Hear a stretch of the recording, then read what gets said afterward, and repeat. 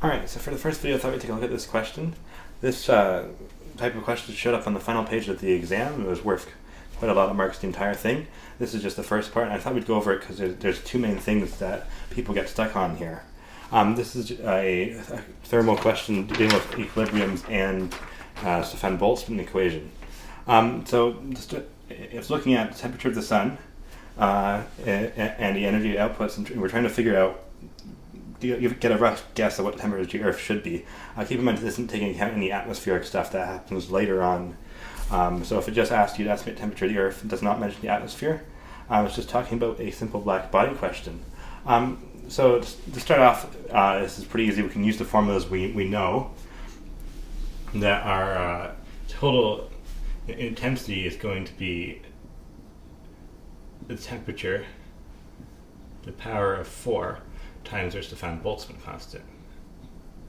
So that's 5,778 Kelvin to the power of 4 times 5.67 times 10 to the negative 8 will give us our intensity, and we don't need to take account emissivity in this question because we're assuming they're both black bodies, so emissivity is just a 1 in front of that whole thing.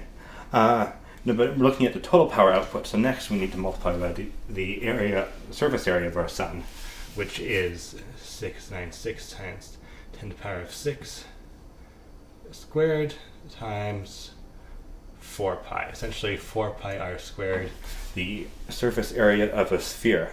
Now the first thing that people get stuck on is that now we have to figure out how much of this intensity is actually getting to Earth, and you can't just say that whatever this works out to is going to be what reaches the Earth, because the Earth is actually farther away. So if we draw it here, the sun is here, the Earth is all the way out here, and the distance between them is 1 astronomical unit, which is roughly 1.5. This question gives us a number we're supposed to be using.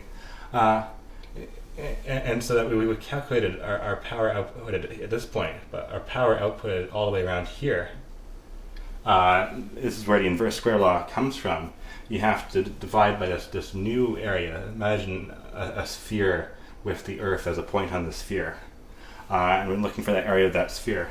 So if we take the radius of the Earth's orbit as our radius of that sphere here, which is 1.469 times 10 to the 11 meters squared, the 4's pi's cancel nicely. And then we're just taking our intensity, we're multiplying by the surface area of the sun, and we're dividing by that surface area that it's spread out over. And that gives us a figure of how much intensity is actually reaching the Earth. So this is the first part that people need to make sure that you're not simply equating the intensity of the sun with what reaches Earth. That the inverse square law is at play, and therefore you're dividing by this new area spread out over. And so if you work through all of that, it would equal 1367.8816 watts per square meter. And this we know is a nice answer because the data booklet gives the solar constant as around 1360 watts per meter squared. So 1367 is slightly different, but that's because we're some numbers given by the question. So we know we're on the right track here. And the second thing that trips up a lot of people is that they don't give us a value for the Earth's radius, because normally we would take this intensity and multiply it out over the entire surface area that it's hitting. But there's no radius for the surface area of the Earth here, and that confuses a lot of people at first. But when you think about it, this intensity coming in sees the Earth in a sort of a cross-sectional way, because it's only going this direction. It sees the Earth as a circle. Like if you shone light on the Earth, you get a circular shadow. And so the area that the light is hitting, in terms of that we can roughly estimate, is just pi r squared, but nice and easy, the area of the circle. But because we're estimating the average temperature of the Earth, we have to take the whole Earth into account. And so the surface area of the Earth is 4 pi r squared, again the area of a sphere. And so these pi r squareds cancel each other out nicely, and we're left with 1 over 4. And so we can multiply our intensity by 1 over 4 and get the average intensity on the surface of the Earth, including the sides that aren't currently being radiated by the sun. And that's the value you have to use when going backwards and trying to figure out the temperature. So that's the second key part to realize here, that you don't need the radius, but you do need to know you're dividing by roughly a quarter.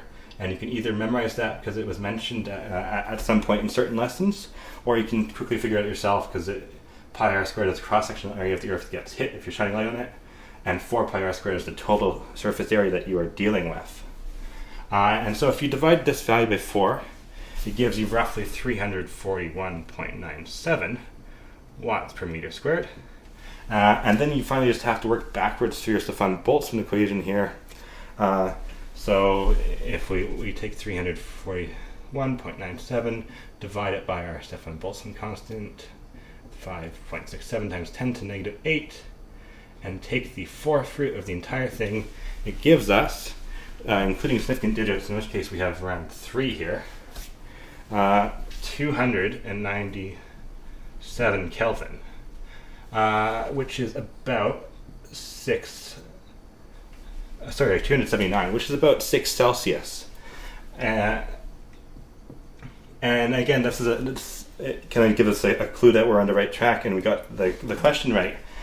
This happened to the exam too. I gave you nice numbers.